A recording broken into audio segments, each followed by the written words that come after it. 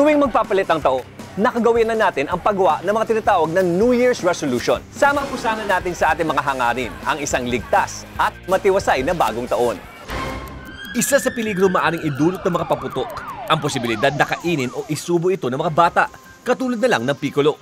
Kapag nakalunok ng paputok ang bata, maaring siya makaramdam ng pagkahilo, pagsusuka at pananakit ng tiyan.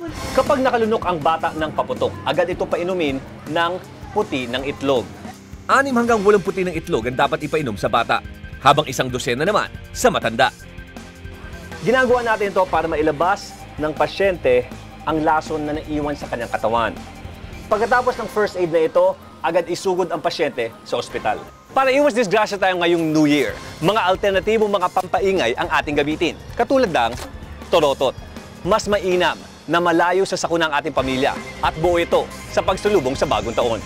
Tandaan sa anumang insidente, tumawag agad sa aming hotline sa 922-5155.